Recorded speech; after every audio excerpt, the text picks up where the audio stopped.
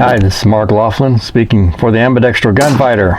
And I'm Brian Laughlin, here to review the Rifle Dynamics RD700 AK47. AK47, firearm of the proletariat.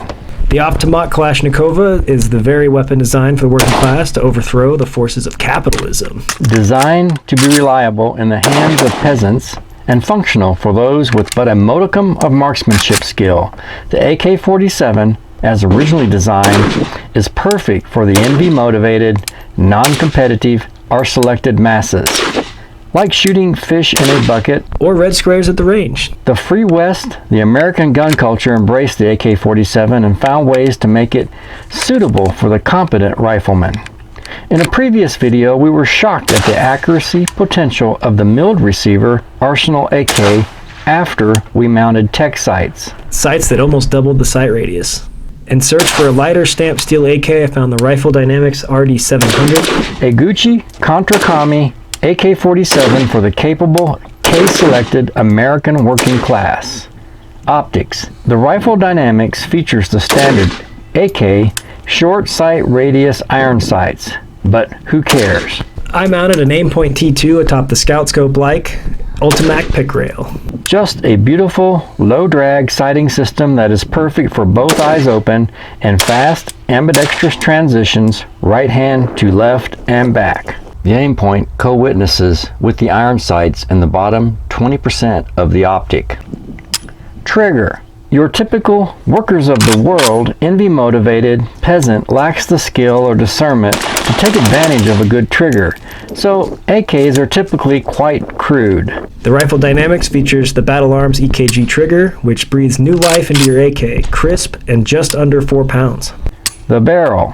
I went with the 14.5 barrel with a pinned, suppressor-ready compensator for a short overall length of 34.5 inches. This seems to work quite well with the 7.62 by 39 cartridge. Barrel length versus ballistics find surprisingly minor velocity change from a 14.5 to 16.5 inch barrel.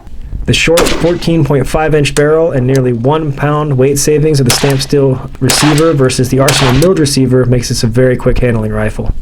Shooting from cover isn't too far off from a 16-inch barreled bullpup rifle like the RDB, and with a tunable gas block you can dial the rifle in to match your particular cartridge for a smoother recoil impulse. Specifications. With the B5 AR style stock fully collapsed, the overall length is 33.5 inches. This is still longer than the RDB's 27.3 inches, even though the Kel-Tec's barrel is almost 3 inches longer. And the RDB is almost a half a pound lighter. The Hellion, with a 16-inch barrel, is 1/2 pound heavier than the Rifle Dynamics AK, and the Hellion is 5¼ inches shorter. Still, the Rifle Dynamics AK handles ambi transitions very good and can maneuver in tight quarters quite well. Safety. The safety is standard AK. It's not ambi, so the ambidextrous gunfighter will click the safety off during an engagement and leave it off until the fight is over. Magazine changes. Muzzle up on target, magazine changes are possible. Of course, the rock-in mag engagement is somewhat alien to most American shooters, but once learned, it's plenty fast, and you don't have to tug on the mag to verify that it is seated like you do with most ARs. Including the RDB and Hellion. Comparisons. The Rifle Dynamics AK-47 features an FDE Cerakote finish.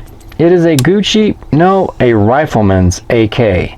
In the great patriotic war of rifles, if I had to pick just one, which would it be? Or to make things fair, if I had $3,500 to spend on a rifle and optics package, what would I choose? The Rifle Dynamics AK with an AimPoint, a BCM Recce AR-15 with an ACOG, a Hellion with the Leupold VX6HD 1:6 fire dot, or 2 RDBs, each equipped with Leupold VX Freedom Pigplex reticle scopes. I prefer the RDB. It's lighter, shorter, and easy to shoot one-handed. Ambi transitions are snappy. It features ambi-friendly ejection and perfectly mirrored ambi controls, except for the charging handle. But I really do like my BCM, and I really like the Hellion, and I'm surprised at how much I like the Rifle Dynamics AK.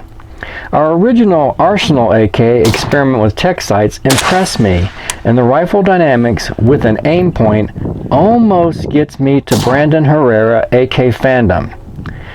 Moreover, the idea of a Gucci AK shooting red squares appeals to my love of irony, but the paintball gun feel of the RDB and Hellion win me over for ambi optimal use of cover.